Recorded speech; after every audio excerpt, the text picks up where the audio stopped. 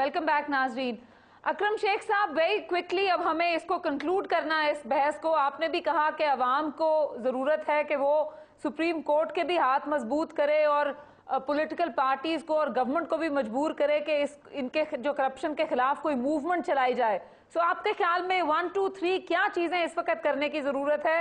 अवाम को क्या मैसेज जाना चाहिए? तो पहले तो ये है कि ये जो एनआरओ की जजमेंट है उसको इम्प्लीमेंट किया जाए जी। एनआरओ के तहत जो मैकेनिज्म है उसको बहाल किया जाए, चेयरमैन एनआरओ को मुकर्रर किया जाए, प्रोसिक्यूटर जनरल मुकर्रर किया जाए जी। और फिर ये कि इनफैक्ट एक जो लॉ इस वक्त नेशनल असेंबली के अंदर है वो तो अकाउंटेबिलिटी कमीशन कायम करने पे है। नैब तो कम्प्लीटली लिम्बो में है इस वक्त। नहीं, वो सही बात है, अकाउंटेबिलिटी कमीशन कोई तो कायम करे। देखे ना, ये इस बात पे कंसेंसस क्यों नहीं कर सकते? ऑल पार्टीज कॉन्फ्रेंस इस बात पे क्यों नहीं हो सकती?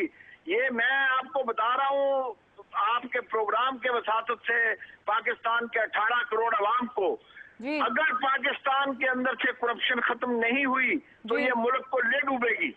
इसलिए पाकिस्तान को बचाने का वाहिद तरीका यह है कि इस करप्शन को खत्म किया जाए और इस बात में पार्टीज के दरमियान सबसे पहले इस बात पे कंसेंसस होना चाहिए कि करप्शन के लिए एक कौमी अदारा मार्ग वजूद में आए जो सियासतदानों की करप्शन और बाकी जो माशरे के लोग बासर लोग हैं उनकी करप्शन को कमा हक को उसका सदेबाब करें।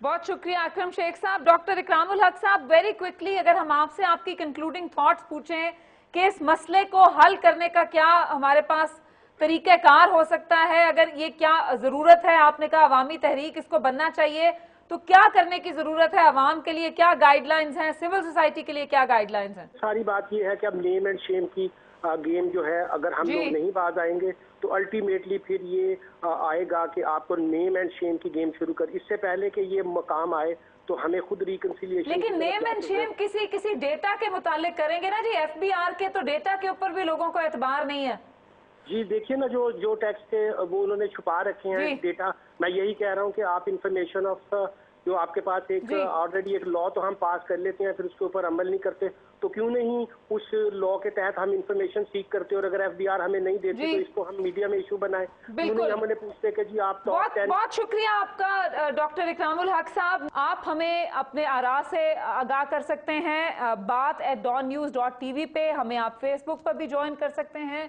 आपका बहुत शुक्रिया हमें ज्वाइन करने का। इजाजत दीजिए, अल्लाह हाफिज।